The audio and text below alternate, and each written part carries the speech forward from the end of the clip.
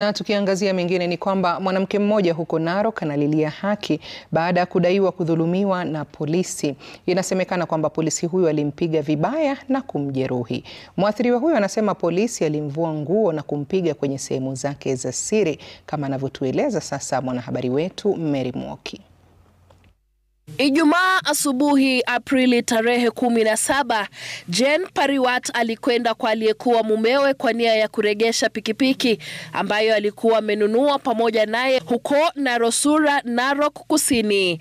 Anasema alitaka pikipiki hiyo iuzwe na mapato yake yagawanywe kati yao wawili. Aliyekuwa mumewe na mpenzi wake wa sasa wanadaiwa kumuitia polisi. Ni hapo ambapo alirudi nyumbani, lakini matatizo yalimfuata.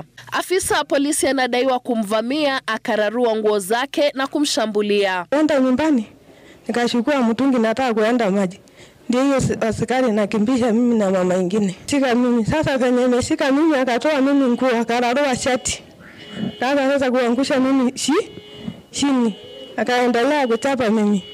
Ndio hiyo mimi anapeleka mimi police station. Na akatoa mimi mpaka nguo ya ndani. Anapiga mimi hiyo rungu akaisha.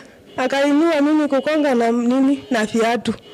Watoto wa Jane walimkimbiza katika hospitali ya Narok level 5, lakini hadi sasa hajapata haki. Polisi wanadaiwa kutatiza juhudi za hospitali kupata fomu ya P3 inayonakili dhulma na majeraha na ambayo inafaa kuwasilishwa mahakamani. Ameona sitembei. Mama, tamoka takataka. Wewe utaenda kwenu, si wewe nimesikia wewe ni Msamburu.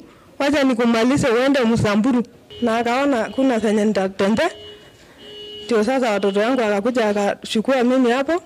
Akapeleka mimi hospitali na bili damu anatoka mafua kila mahali. Niliweza kupata simu kutoka kwa anayesimamia matibabu katika Narok South, akitueleza kwamba kuna mama ambaye ameweza kupitia dhulma kule Narusura, na juhudi zake za kuweza kuwasiliana na afisa wa polisi wa huko ili P3 iweze kujazwa na mama aweze kusaidiwa, zikawa ni kama zilikuwa zinagonga mwamba. Maafisa hawa wa polisi ambao wanafaa kuwalinda wananchi sasa wakigeuka kuwa wavunjaji wa sheria. Ni chungu sana kuona kwamba mtu ambaye anastahili kulinda haki za wananchi, yeye anadhulumu hizo haki.